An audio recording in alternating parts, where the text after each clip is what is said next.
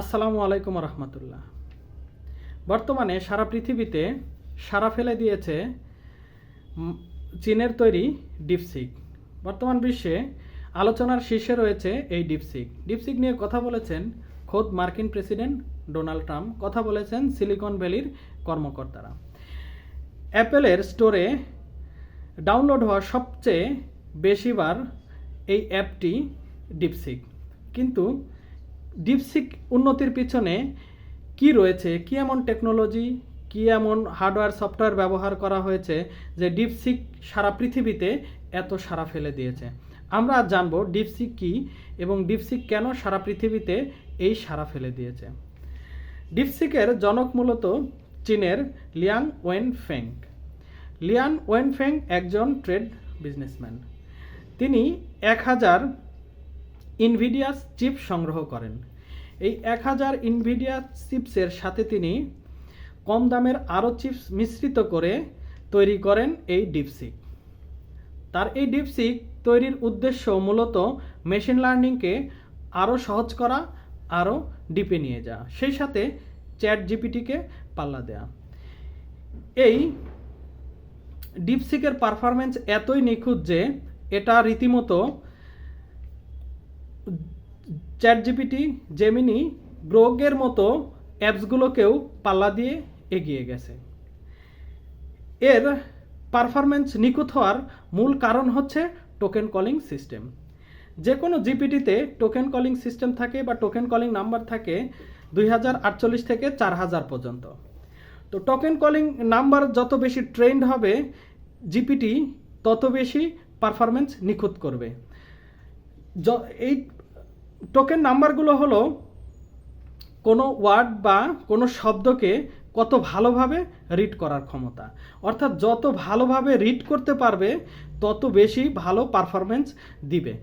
আর এই token number যত নিখুঁত হবে তত বেশি সেটা উন্নত হবে।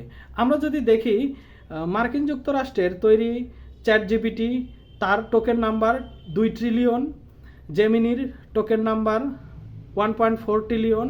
এদিকে আমরা যদি দেখি ডিপসিকের টোকেন নাম্বার প্রায় 14 ট্রিলিয়ন।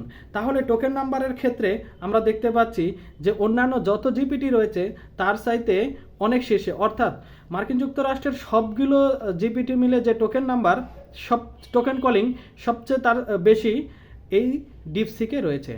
এই ডিপসিকে ভালো টোকেনকে ট্রেন করার জন্য আরও যেটা ব্যবহার করা হয় সেটা হলো জিপিইউ।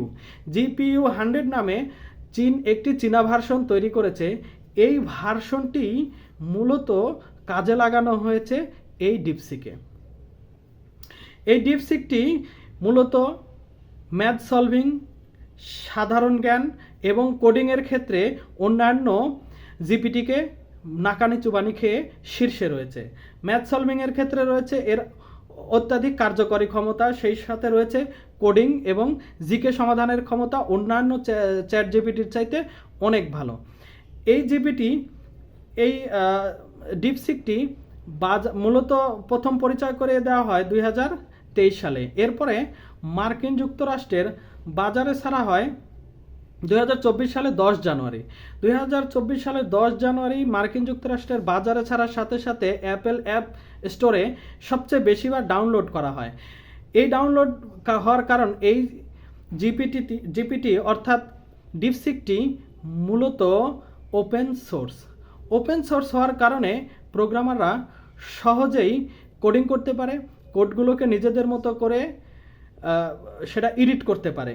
সেই সাথে এই ডিপসিকটি ব্যবহার করা যায় বিভিন্ন ফাইটার জেট, মোবাইল বা অন্যান্য বাস এবং অটো বিভিন্ন যন্ত্রাংশে। এই ডিপসিকটি মূলত অন্যান্য চ্যাট জিপিটির চাইতে খুবই উন্নত। এই সকল কারণেই মূলত চীনের এই ডিপসিকটি অর্থাৎ এআই দ্বারা পরিচালিত যে ডিপসিক সবগুলোকে নাকানি চুবানি খেয়েছে। সেই সাথে এই ডিপসিকের ফলে মার্কিন যুক্তরাষ্ট্রের নাসডাক যে প্রতিষ্ঠান রয়েছে সেখানে শেয়ার মার্কেটে ধস নেমেছে। প্রায় 500 জন পৃথিবীর শীর্ষ ধনী, প্রায় 1 ট্রিলিয়নের বেশি টাকা বা 1 ট্রিলিয়নের বেশি ডলার তারা ক্ষতিগ্রস্ত হয়েছে এই ডিপসিকের ফলে। এই ডিপসিক হয়তো বর্তমানে চীনকে সুপার পাওয়ারের দিকে নিয়ে যাবে। একটি দেশ সুপার পাওয়ার হওয়ার জন্য কয়েকটি শর্ত রয়েছে, চাইলেই সুপার পাওয়ার হওয়া যায় না। পৃথিবীতে মার্কিন যুক্তরাষ্ট্র প্রায় 50 বছর যাবৎ তাদের সুপেরিয়রিটি ধরে রেখেছে। এই সুপেরিয়রিটি ধরে রাখার মূল যে কারণ সেটা হলো তাদের উন্নত টেকনোলজি। আপনি মার্কিন যুক্তরাষ্ট্রের যেদিকে তাকাবেন সবগুলো সেক্টরে রয়েছে তাদের উন্নত টেকনোলজি, ইকোনমিক্স, কম্পিউটার সিস্টেম, এরপরে ফাইটার জেট, সবগুলো জায়গায় দেখবেন তাদের এই টেকনোলজি। শুধু টেকনোলজিকে ভর করে মার্কিন যুক্তরাষ্ট্র প্রায় 50 বছর তাদের এই সুপেরিয়রিটি ধরে রেখেছে। শুধুমাত্র ডিপসিক এই একটি এআই দ্বারা পরিচালিত যেটা জিপিটি, সেটি পুরো মার্কিন যুক্তরাষ্ট্রকে কাঁপিয়ে দিয়েছে। তাছাড়াও বর্তমানে চীন 6ষ্ঠ জেনারেশনের ফাইটার জেট সহ বড় বড় সবগুলো জায়গায় এই টেকনোলজিকে ব্যবহার করতেছে। অর্থাৎ আগামীতে হয়তোবা মার্কিন যুক্তরাষ্ট্রের সেই সুপার পাওয়ার থেকে চীনের সুপার পাওয়ার হওয়ার সম্ভাবনা রয়েছে। আগামীতে চীন হয়তো তাদের সুপেরিয়রিটি অর্থাৎ সুপার পাওয়ার হয়ে যেতে পারে। এ পর্যন্ত।